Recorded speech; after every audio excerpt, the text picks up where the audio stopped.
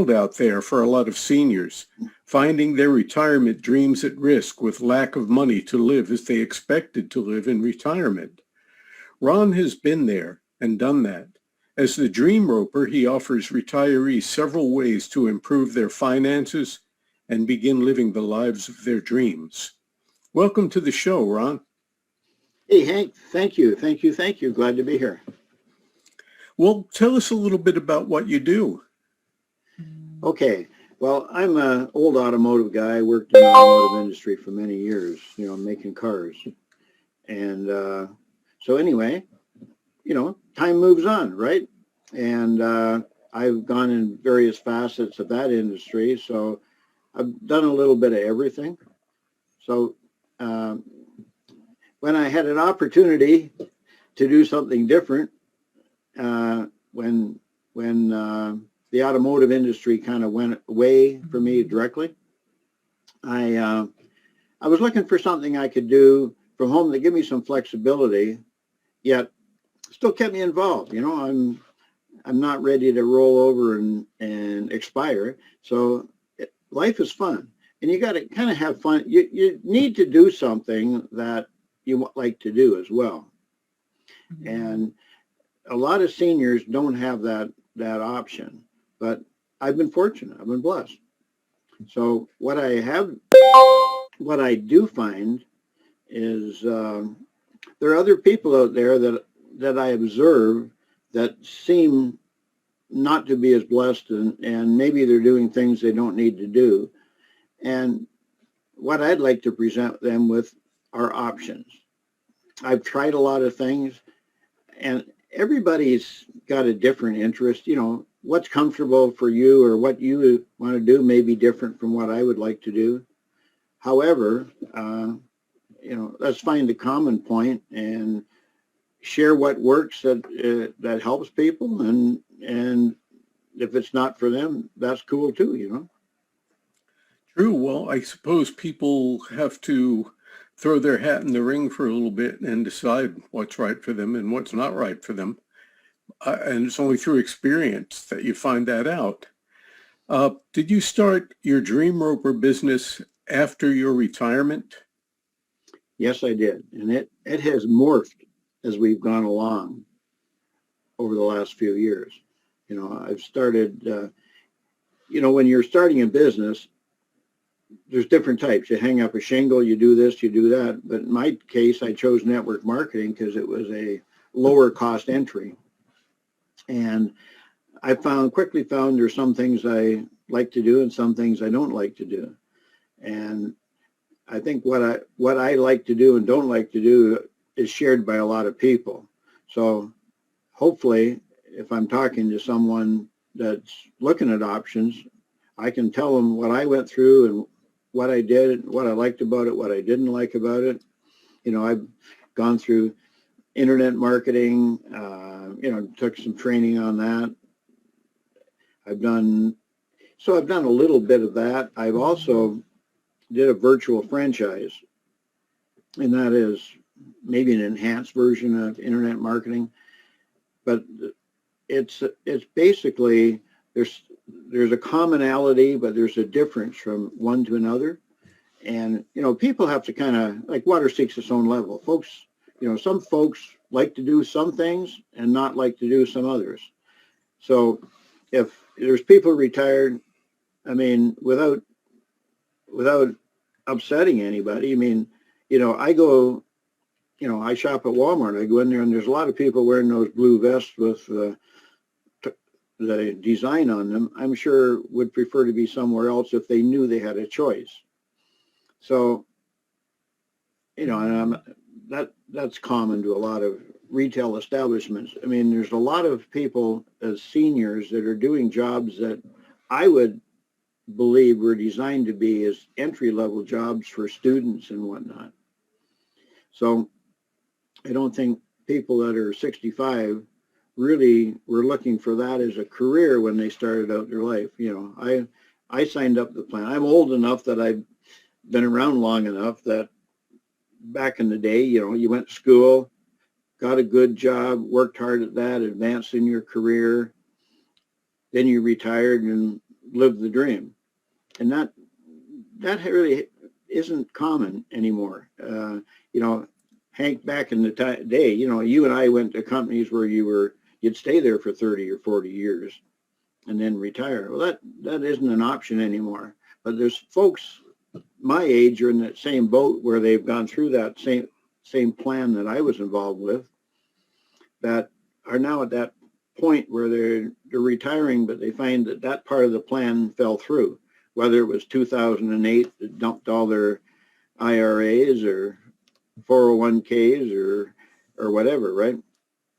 So most people with the cost of living today are looking really to supplement their income. They're not looking for a full-time job. They're looking more for supplementation. And so that's really what I'm involved with. You mentioned that you got started when you first started casting about looking for your business. You got started doing network marketing, and I understand the ups and downs of that. But I found for myself, because I've done that over the years, I think we all have at one time or another, I think the biggest downside to that comes when it gets to the point that basically everybody you know, friends and relatives, wants to run the other way when they see you coming because they realize you're going to try to get them into your network marketing plan. It's funny that you mention that too, like with all of us on Facebook these days and whatnot. Really, if you want to get your friends list knocked down pretty fast, you can just start hitting everybody up with your network marketing business. That'll trim the list pretty fast. But, you know, there's funny, a lot of network marketing companies, that's what they promote. Oh, get in there and just show this business and show it. I mean, there's people who are being given bad advice in a lot of places. Yes, there definitely are. And what I like about what I do now is well, think of just what you said. What's network marketing involved? You're basically selling something, or you're recruiting your friends, neighbors, family, etc., or cold marketing. And most people don't like to sell, and most people don't like to recruit. And that's a common thread of network marketing companies. The company I'm with that provides the services I need is more of a service provider, because although there's a network marketing component, 92% of our team, if you like, the people I network with, don't do the network marketing business. They're just using the service, using the tools, so to speak. And I think that to me was an eye-opener. And I believe that there's a lot of people like me that really don't go around like to recruit, don't really like to sell, but they're more like a customer service thing. Hank, you know, I've been in different customer service jobs where I'm looking after the interests of my customers with respect to the company I represent. Sometimes I annoy the people I've reported to because I was insisting this is what my customer actually needs. So I think there's a lot of people that have that customer service mentality that, to me, this is a fit. It fits my personality, and there's a lot of folks that are with me are kind of in a similar mode that I can see. You know, you're not out there trying to sell something, and you're learning a skill, you're interfacing with other folks, and that's kind of fun. Yeah, I assume that would be because part of the joy of what we do is interfacing and being a part of larger groups and getting to have communication with others. And when there's a common goal, that can be a pretty fun thing. You're right about that. What motivated you to become the Dream Roper? I had a vision in my mind's eye of a cowboy on a horse with a lasso, and he's lassoing this dream. You know, it's like the cartoons where you have people up in the cloud or something, and there's people in the cloud doing what they want to do. Maybe they're on a beach on a laptop, that type of thing. So I'm helping them pull that dream closer to them. So that, I don't know, maybe it's a cowboy mentality in it from my childhood or something, but it was kind of a mental picture that I had in it.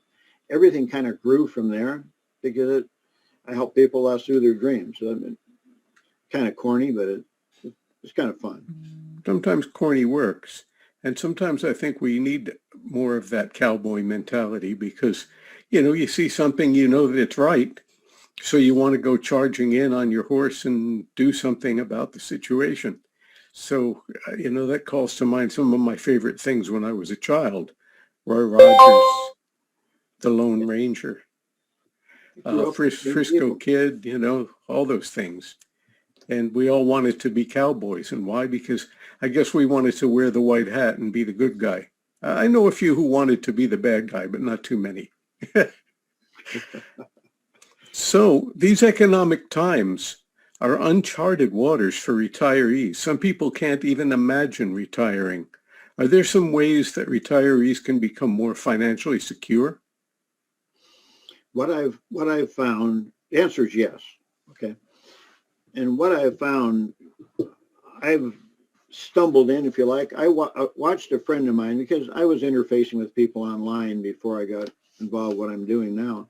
And I watched a friend of mine who I worked with on other ventures, and those ventures went away. The only thing common to him was he was still doing this trading Forex thing, and he was doing great at it, and everything else. So everything else kind of ended up, he put everything else kind of on the back burner anyway, because you kind of got to do what works, right? So I thought, okay, I'm going to try this. And I'm glad I did. Okay, so that's one way that you found that you could become more financially successful in your retirement. I know that with the trading Forex, that it suits some, like selling suits some people and recruiting suits some people. I spoke to a guy last week on the show who started his business after he retired. He became a woodworker. I don't know if you ever ran into Phil Pratt, the sawdust creator, Silverhawk, great guy. And but he said he always loved to sell. When he was a kid, he went around with his sisters knocking on the doors to sell the Girl Scout cookies for them because he loved to sell. Well, there's some people I think that love the notion of trading something like the Forex or trading in stocks or trading in commodities. There's people who really love that. I had a cousin who would trade S&P futures, and he could make $60,000 a day easily doing that. Of course, if he caught a hiccup in the wrong direction, he could lose $60,000 or $100,000 in a day. But since his wins were bigger than his losses, he would laugh it off if he lost $100,000 on Tuesday, because on Wednesday, he'd probably make that $100,000 back. But it's not something that suits everyone. So also there's that notion that sometimes it's like an old conventional wisdom that we've heard about trading, that go into trades with money that you actually can afford to lose. How do you reconcile that with the notion that seniors can come in and learn to trade the Forex and become more financially secure with it? That's a very good question. And I mean, when you were talking about somebody going up and down $60,000, that would scare the heck out of me. That's outside of my comfort zone. So what we do is it's basically managing risk. And there's different ways of managing risk. One way is, well, you don't put in any more than you could afford to lose, but we risk a small percent of your account to increase it by a larger amount. I mean, I guess that may go without saying, but our whole plan is, if you grew an account 3% a day, like 5 days a week, which is where with trading Forex. Forex is basically foreign currency exchange for those folks listening that don't know what I mean. If you go to Mexico and change dollars for pesos, that's a currency exchange. Of course, you don't trade pesos. Going to the pound, the dollar, the euro, the Australian dollar, that type of thing. Canadian dollar, of course, because I do that every month. But the deal is you want to risk a small amount, and you set it up so it's a risk to reward. So what the whole deal, there's different ways of trading Forex. I mean, there's the scalper thing where you're doing quick trades. You can get your daily nut in 10 minutes.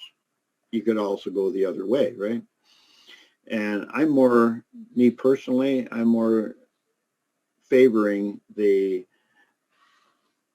analyzing the trades, taking maybe a multi-day, 2 or 3 day trade where you analyze it better and you work so you'll go into trades where you can like put in 1% of your account to earn much higher rewards. You'll never win every trade, just as you said.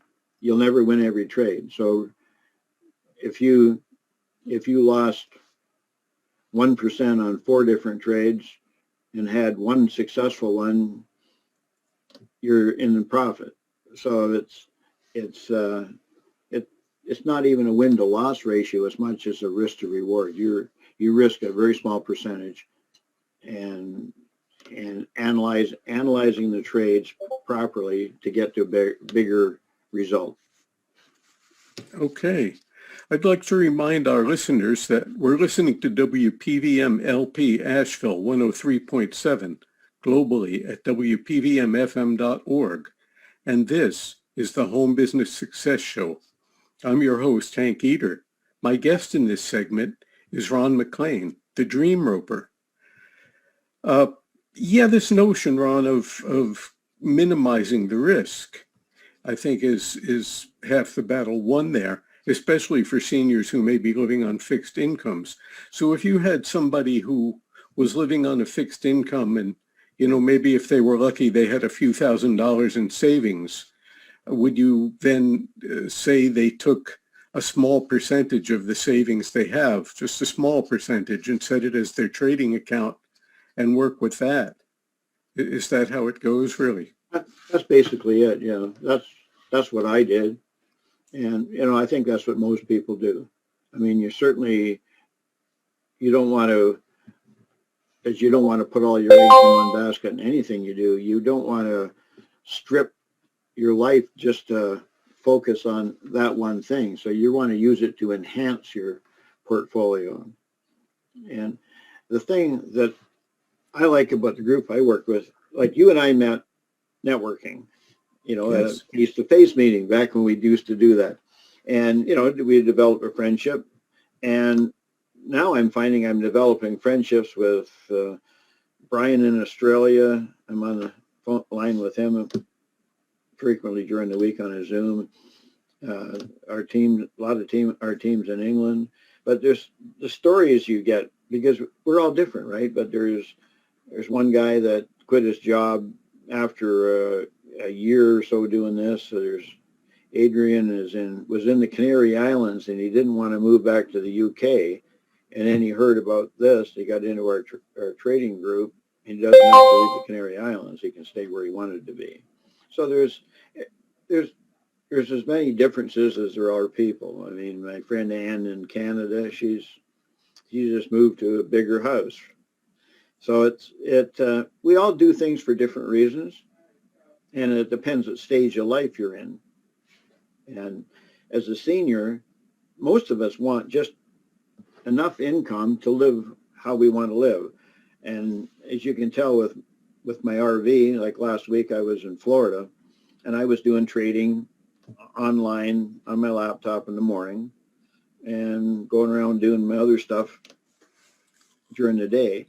That's my ideal, like a long-term objective, is be able to do that, be able to win, analyze, trade, set up, and then Barbara and I can go enjoy the scenery around the country. That's a beautiful thing. It's funny, we're talking about retirement, and we're also talking about traveling around the country. And there's an interesting movie out there. I haven't seen it yet, but I hear people talking about it, and it's called Nomad Land. And it's about seniors who kind of missed the retirement dream, but they're living in small vehicles. Some of them are living in vans and some of them have small campers, and they're traveling all around the United States, going to RV parks, and they're working odd jobs in small towns that they pull up into. Maybe they'll work as a bagging clerk in a supermarket for 2 weeks before they move on to their next location. And that's the premise of the movie Nomad Land. And I think it's exploring a subculture that's out there right now of seniors who somehow missed out on what they thought the American dream was going to be for them. And yet they're still trying to live a good life on their own terms. So it seems to me that any way that retirees can find to enhance their income and to bring them a little bit closer to what they always thought they wanted is a very good thing. Now, I've noticed on your site, you have a group that's called the Financial Freedom Ninjas. What do they do? Well, I guess maybe I alluded that going in, but there's a group of us. We're all like in the same company. So, well, we're not competing. We're collaborators. So if somebody sees, hey, this trade is setting up, you may want to take a look at it. And then we do online trading where we go on there together and we analyze the charts together. And it's interesting of how you start to learn how the people that are successful think, because it's, I mean, you can watch YouTube videos till the cows come home, but you don't have that interaction where you're relating to other people, you can ask questions, so you're discussing, well, if you did this, you think it's going to do this. And it might not sound like a big thing, but it is. It really can make the difference between failure and success. Just being able to read what other people are thinking. Well, I think that interaction really is the difference between failure and success for a lot of people. And this cousin of mine that I told you about that did so well with the S&P day trading was trying to teach me the principles, and I learned a lot of the principles. But unlike himself, when I would put real dollars down and watch how quickly the S&P market could either be on your side or against you, it wasn't something that I had the total temperament for. But part of the problem was my cousin phrased it in the terms of it being a lone wolf game. You make your trade alone, you take the consequences of your trade alone, or you reap the rewards of your trade alone. And I can see now that with a group like the Freedom Ninjas, you don't have to do it alone, and there's strength in numbers. It's kind of like the notion of people who run home businesses. It can be a lone wolf game. But once they start finding resources of, others that are running home businesses that don't see them as competitors and are willing to share their best practices and help them along the way, because most people are good people. That's what I found anyway. I mean, there's a lot of shady characters out there, but by and large, most people are good people, and they're trying to make a good life for themselves and their families. And most of the time, they don't mind sharing what they know, what they've found that helps them to help others. And that's, I think, is part of the strength in numbers of a group like the Freedom Ninjas and other groups, that actually exist to help each other out. Now, you mentioned charts. Are you looking for specific chart patterns? My cousin taught me about some of those things, up thrusts and springs and 1, 2, 3 bottom formations and saucers and all of those kind of things. Are you looking for those kind of things when you set up a trade with your group? Yes, and I'm unfamiliar with the term you mentioned, but it's probably more along with commodity trading, and I don't know everything about everything, but basically it's finding one niche and mastering it. Now I'm learning as well right now is trading crypto. So I was doing Bitcoin trades last weekend, and you do it on a demo account. You do it. It's like you're using real money, but you're not. Mm-hmm. And so you're going to make your mistakes. You might as well do it without using real money.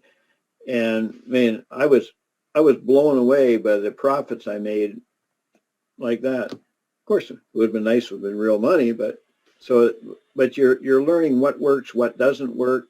So then as you say, when you start using your own money, you've already gone through a lot of the learning experience.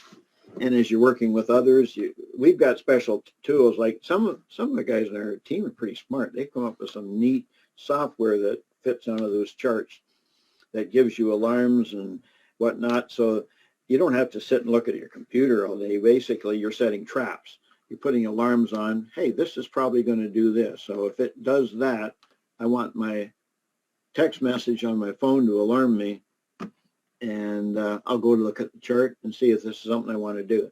So you're not really spending time looking for good trades. You're looking for a great trade. Mm-hmm.